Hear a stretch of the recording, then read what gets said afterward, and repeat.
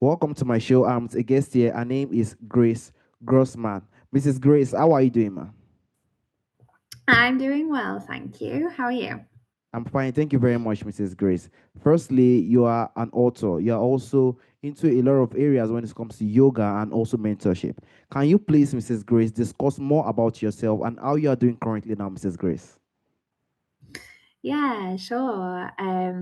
Yeah, what I do is quite a mouthful because I'm a multidisciplinary, passion-led mentor in all the fields that I'm a kindergarten teacher, yoga teacher, well-being coach, and a self-help writer. So the base of all of that is my passion to help people find their love within for themselves and for others because we can rise together in harmony. That is really the end mission in helping people harmonize their lives because so many people suffer these days. Definitely, I completely agree. There are a lot of ups and downs in our time today. The digital world has turned a lot of things in our time currently. And as a kindergarten person and also someone who loves children, I want to help a lot of people to solve those type of situation. Is very, very needed in our time today. And that is a very, very huge advantage. And I would also like to dive to your book, which is Chill Out, Mrs. Grace. There will definitely be something that definitely inspired someone in the first place to get to write a book or also even bring some experience that a lot of people could learn from in the life they've come for. So, what do you think really firstly inspired you to write the book, and why do you feel like it was very important to question those traditional ideas that were sold about happiness, Mrs. Grace? Yes, that's a great question. And it was something that has always, since I was a teenager, questioned. And I always, let's say, wanted to go against what society told me to do with the standards of life, right? And so I already wrote my book when I was 21, quite young, people would say. But when people have read it that I'm not acquainted with, strangers, they think that I'm already this old wise woman. And it's so funny because now I'm like, wow, like you just said, experience is the master of wisdom.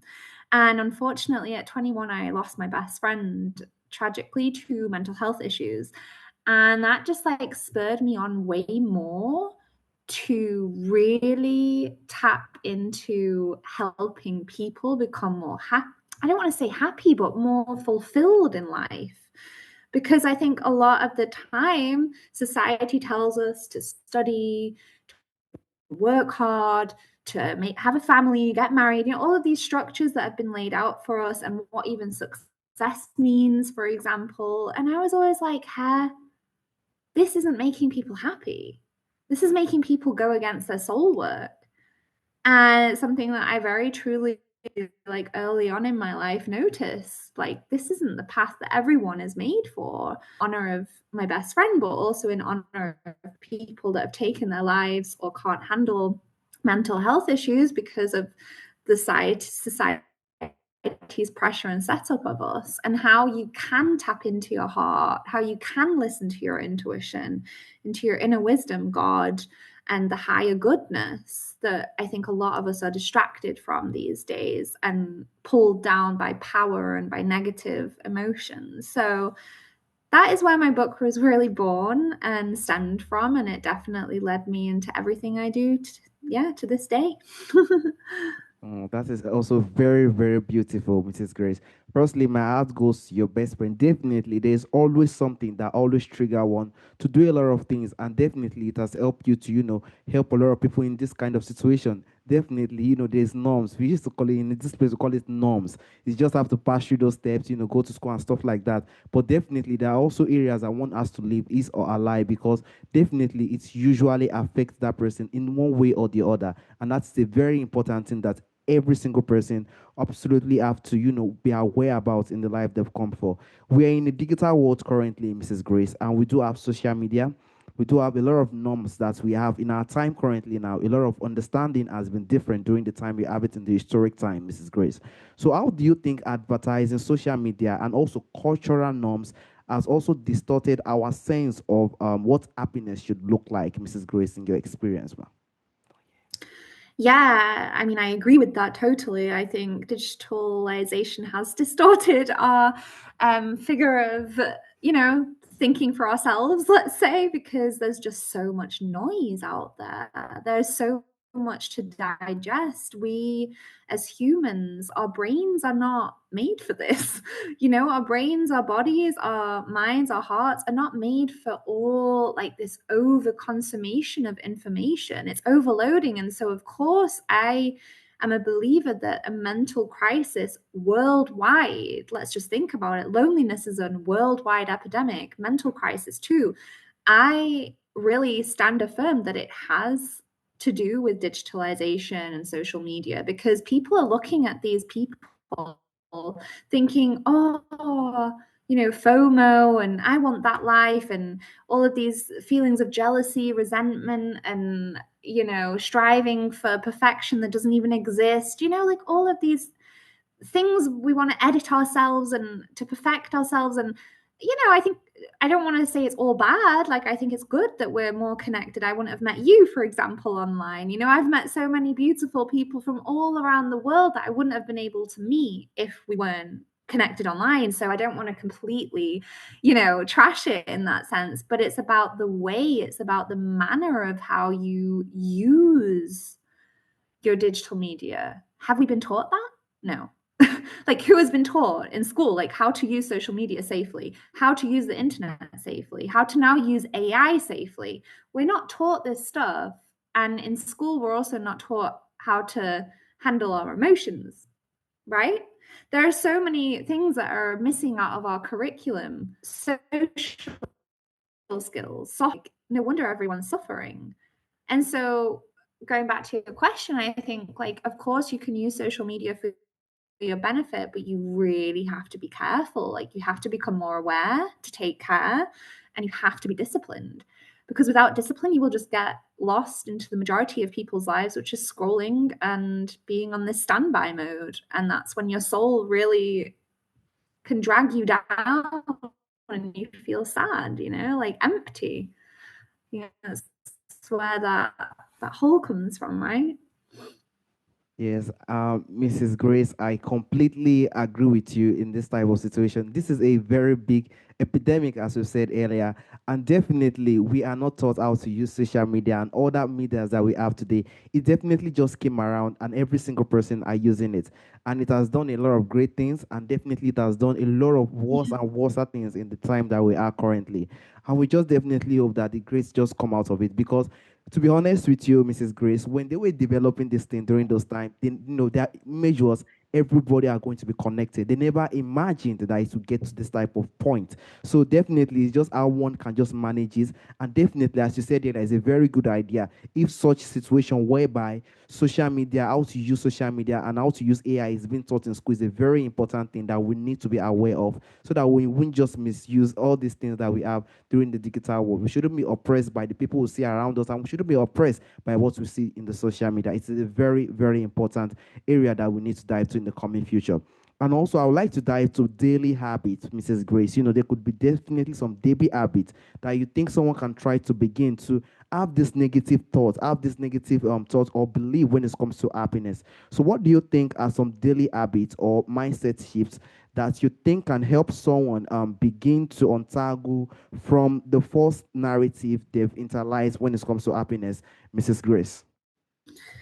Yeah, that's a really common question I get from people. As a well-being coach and a yoga teacher, I really see people in their heads being controlled by their minds, where I think it's our minds are so powerful. They can either control us and make us stay in the comfort zone and confide us to being scared, to feeling, negative emotions like you just said, or you can tap into the power of your mind and make it work for you. So it's really about how you make it work for you and not against you, or like you also just said is very true, small steps. Start small. So start about becoming aware of how you're speaking to yourself, becoming aware of how you're judging people around you. Like, we're very confided in our society. Like, we look at someone and we already like internalize and interpret them, which is like, you want to be judgy. You want to be more accepting. So that also means more accepting and not judging your thoughts, but also others around you. And I think one vital factor of that is gratitude. Just telling yourself, like, whenever a negative emotion arises, like, what are you thankful for right now? Be it your family, be it friends, be it food, be it the place you're living in. You know, there is so much to be grateful for, but like just keep it simple. Like whatever you're feeling in this moment, you know, like right now I went on a hike today. So I'm so grateful that it didn't rain because the weather forecast said it would rain the whole day and then it didn't. And I was like, wow, it worked for us. You know, and that's such like maybe a small thing, but like also the little things really matter. You know, when you have your cup of tea in the morning and you can hear the birds, like it's finally attuning yourself to the present moment so that you can feel this higher energy, this higher vibration of love and gratitude. Switching it, yeah. Yes, definitely. I definitely agree with you, Mrs. Grace. You're definitely lucky around that place. In this place, the rain was just falling since morning. I was even wondering what is going on because it hasn't happened this year. So it has been raining since morning. So it is very, very big luck in Oh, your place around that place. And also, I definitely agree with you when it comes to awareness. Awareness is very important. If you can have this awareness and also having this kind of thinking, because in the life that we are, we cannot just judge person. Even in my time, I have to be honest with you, Mrs. Grace, I do it that and one time in my life. When you just see someone, you just have the judgment and stuff like that. But that is not the case. With time, one has to just have to definitely understand. We have to definitely know the person, no matter how we see their appearance.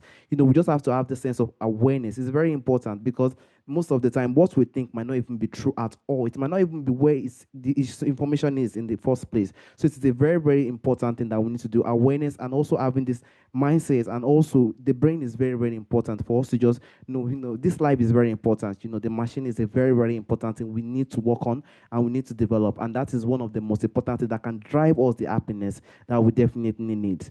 We do know that this time that we are, internet is being dominated, and there is something that we call community during our historic time. So can you please, Mrs. Grace, talk about the importance of community and collective healing in a world that emphasizes individual achievements now in our time currently, Mrs. Grace? yes, that is the missing key.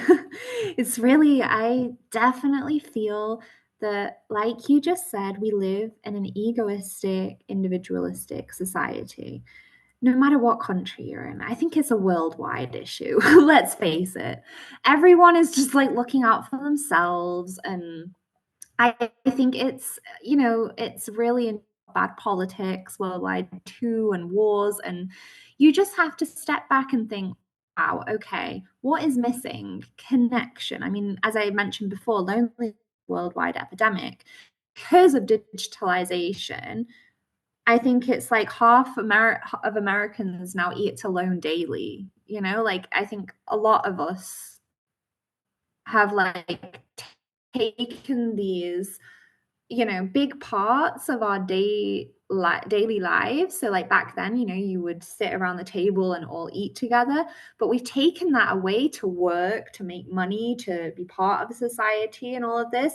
But taking away that fundamental part of connection is soul destroying. Like we're human beings, like we must be with each other. We're not just human doings, right? Like, and I think it's the missing key to, like you said really well, collective healing is now needed more than ever. And when we heal together, it's like an enlightening, it's like a how I can kind of describe it when I'm with others that are like minded, more aware, like you say, more reflective, just wanting to work on themselves. Like that is the compulsory like first step, the awareness of wanting to work on yourself and then knowing that you can work on everything else in your life and with others. It just transforms, elevates your healing.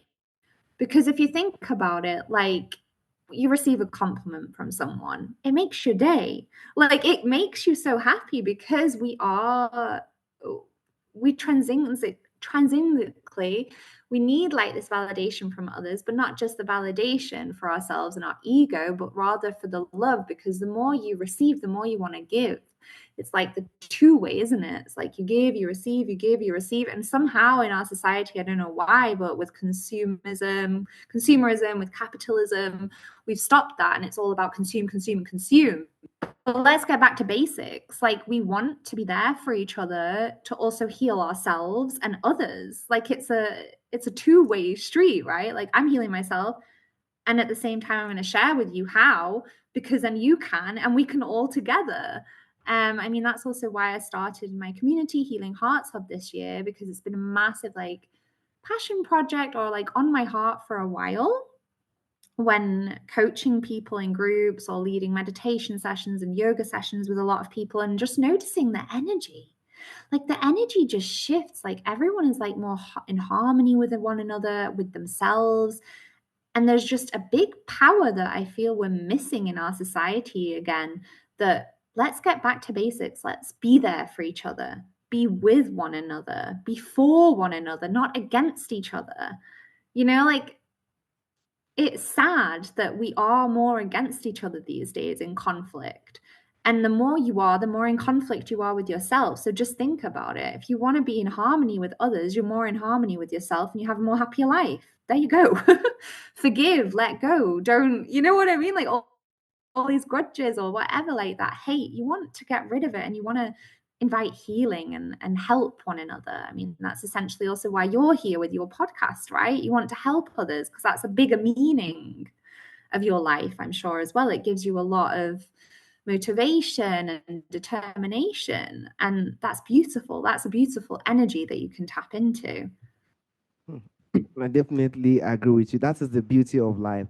Self-centered life is just what we have in our time currently, and we definitely need to encourage people to have the sense of giving to others and showing this kind of care and love towards one another. That is the only way every single one of us can grow as one, as a community, and every single person can win. Because everybody are just self-centered, and everything is just, it's going to be more difficult. And definitely, I do not know how the future is going to look like if it continues like this. But we definitely need to encourage people to have this kind of care and love within each other, and to have this kind of communion that we could, share within each other. If one is doing something wrong, we could be able to tell the person you're doing something that is not right. And if someone is doing something right, you could give that kind of encouragement and assistance in what, when, where you, or where one can definitely do it. It's definitely good in our time, because the more I get, the more I will be able to give more. And that is the beauty of Yeah. this life that we are. And that is what we definitely needs to just, give this kind of energy as we need. It's definitely something we do need in our time currently. It is not easy this time that we are. I have to be honest with you, Mrs. Grace. It is a very, very tough time. I'm just alone in my house, and I do know how it is very, very tough in the life that we are currently. And also, lastly, Mrs. Grace, for the listeners who feel like they cannot just get to that point of happiness, they cannot just get to that point of courage, they can't get to that area or that good mind area again, because everything is just too damaged. They feel like nothing can work anymore. So for listeners who feel like they're stuck in life, and they feel they don't feel like that, where do you think they can begin? And what do you think are the first courageous step they can take to begin their life again, Mrs. Grace? Yeah, I first want to say it's not about getting somewhere. Like, that's also a very like toxic side to our society, that we've been taught to get to success, to get to this point in our lives where we've achieved everything, we feel great, we feel happy. You don't reach this state of also true healing and then you're done. No, like, it's continuous. I mean, everyone knows, everyone's been through bad experience and good experiences. Life is a roller coaster. It is really made of the ups and downs, and that's the beauty of it. So from that, I would say it's not about getting to the peak of the mountain, but it's rather about getting through the ups and downs. So how can you embrace your challenges as opportunities? How can you see your hard times as divine timing, and you will get through it? How can you really ride the waves of life better on a daily occasion, becoming more aware, like you were saying, of your surroundings, who you are, how you deal with things, becoming more reflective, curious, joyful, like gratitude, all of these little key factors that will help you ride the waves of life better so that you're not always in this struggle mode. You're not always stuck because the limit, that like that limited mindset where you just feel stuck all the time and you're in this kind of like real low vibration. And I've been there. I have been depressed. I get it. It is hard. But you have to become aware of the way you're talking to yourself. If you say it's hard, then it's already an emotional blockage. If you say this can be easy, you're already inviting in harmony and God is on your side. Like God is there for you. If you don't believe in God, God is within you. It's your love. But I believe in God, and God, his kingdom is within you, and he always wants to help you. And when I was depressed, I didn't feel like it. I felt like he'd given up on me. I felt like, like this was it, like great. But then I really started to notice maybe this is also just something I just have to ride through my life.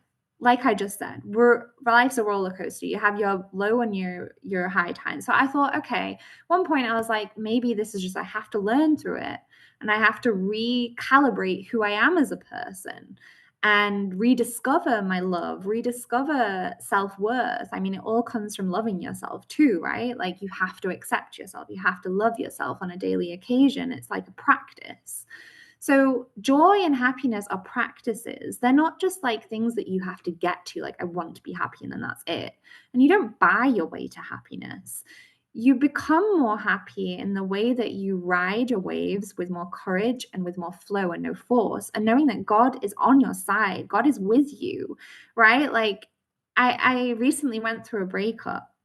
And so instead of saying like, oh, why is this happening to me? I was like, this is happening for me. And that little shift has helped me now break through so many things like in my life. Just, when they say, right, when one door closes, a lot of doors open. It truly was that way because I became aware of care and I wanted it. It's the willingness. The willingness is within you, and you just have to kind of water that every day like you're a flower, right? And then you'll bloom and you'll blossom. But it doesn't mean that you're going to be like that every day. Like it's a daily gesture of just watering yourself with grace, with gratitude, with love, and always knowing that God is for you and with you. That has really helped me. I don't know about you, like if that's a big factor in your life, that you can really connect to the high divine intelligence within when you want things to work for you. So it's a matter of will, I would say. Hmm, I definitely agree with you, Mrs. Grace. You've definitely said every single thing one needs to know in the life they are. Definitely, I have to be honest with you because we have to have this positive belief with ourselves. It's not about getting there. It's just about just having the sense of will. Like Yeah. as I'm going, I Yeah. hope everything goes well. As I'm going, I just hope it just continue. And having that inner self, which is God, or having something one can definitely connect with, is definitely what has been working for me because that is the beauty of life. I just have to see how things are going, how it's moving, and continue to have this belief and this positivity. I can just continue to give myself every single day, and definitely the ideas and everything just continues to follow itself, and development starts to come in. And that is the beauty, and that's definitely people think it's just like magic, but that is just how this life is being programmed now. We just have to know how we could put through things, just continue to develop, not to look at the end point because the end point might not actually come by the end. It might not happen, but definitely just see how things are going through and continue to have this connection with the inner self and the God as one definitely is serving. Then definitely everything follows. Then every door will definitely open. And I'm very glad that it definitely works for you, and it definitely helps you through a lot of situations, and it motivates you to come back up as a person who is much stronger in the life he or she has come for. Mrs. Grace, there's a question I normally ask during the end of the show. From the forefathers, from the ancestors, there are a lot of beautiful things that do exist during our ancestral time that is missing in our time today. If there is anyone or anything you would like to bring back to our time today, Mrs. Grace, what do you think that thing will be, Mrs. Grace? I would what we were mentioning before about community and re-earthing, regrounding ourselves in the beauty of being with people, not on their phones, pure presence, like without technology. You know, today I had a whole day without my phone. It was so amazing because we were in the forest and we didn't even have a connection. So you're like, okay, you're with people, and I think you have experienced it too, right? Like people are just glued to their phones. And I get it. We're in this technology phase of our society, and it is great in some ways. But what I would unearth again from our ancestors is that sitting around the fire together, like the true like presence of being with each other, singing together. The it also comes from church, and where you sing together, you praise the Lord, or you listen to, you're all with each other, right? It's like that whole collective energy. And I would say that's something that we've just lost over time, and we really crave and need right now more than anything, rather than being against each other and ignoring one another and just being on your phone the whole time. Be in your real life, like be part of what you are living, because it's a blessing that we're already here. So embrace the company of each other. I think for younger people more than ever, they probably don't really, it's scary, right? Because like the younger generations now start earlier with technology, and you think to yourself like, oh, what's going to happen, right? Like they don't know how to have conversations, they don't know how to read like gestures and stuff. So I really want to bring that back, like the just being together, like in real life, just like me and you now. Like we're obviously not in real life, but we have everything aside, we're present, we're fully present together. And I think that's beautiful, because conversations, storytelling will never fade out.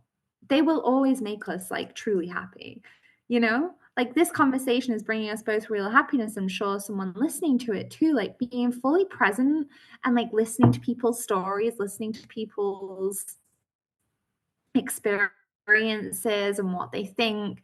That is the real learning in life. Like nothing can beat that. No school, no nothing. Like learning through and with others.